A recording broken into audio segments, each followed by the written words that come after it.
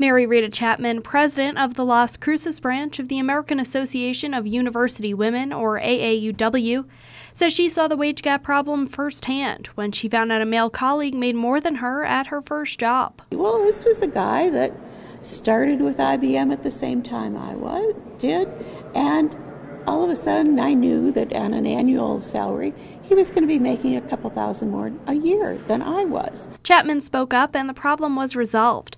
Vice President of Programs for the AAUW, Marsha Hokkanen, says the problem has a large effect in Dona Ana County. Women are breadwinners, and here in Dona Ana County, 50% of women are the single head of household raising children. So it benefits everybody to have equal pay for women. A recent study by NerdWallet found that Las Cruces is one of 22 cities where women earn more than men. Courtney Miller, an analyst who worked on the study, says that the study was based on census averages and could be affected by many different factors. The economy is moving towards more minimum wage jobs.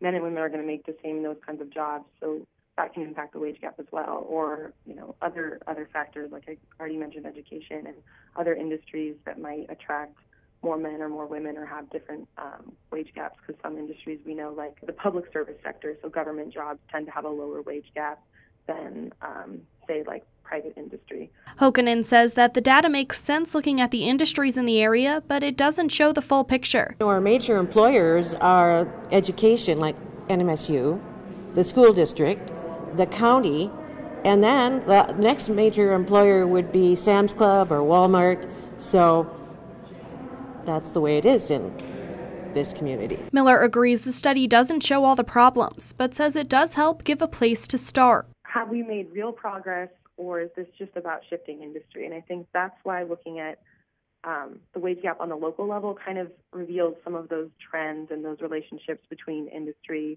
or educational attainment and the wage gap. Chapman says that to see the problem, you need to look salary by salary. Identical jobs is what we need to focus on right now, making sure that you get the same pay. Dona Ana County has so many minimum wage jobs that, everyone's making the same. So we can't work on that except to work on minimum wage itself. She says one thing that could help close the wage gap is teaching women graduating from college how to negotiate for a better salary when they are applying for jobs. That first salary you get, if you're not in a minimum wage job and you're negotiating a salary in your first job, everything is based on that from then for the rest of your working life. So you have to negotiate. And men do it all the time. They just think it's a natural thing. We don't. She says that women earning a higher education or technical training could also help to close the wage gap. For KRWG, I'm Samantha Sonner.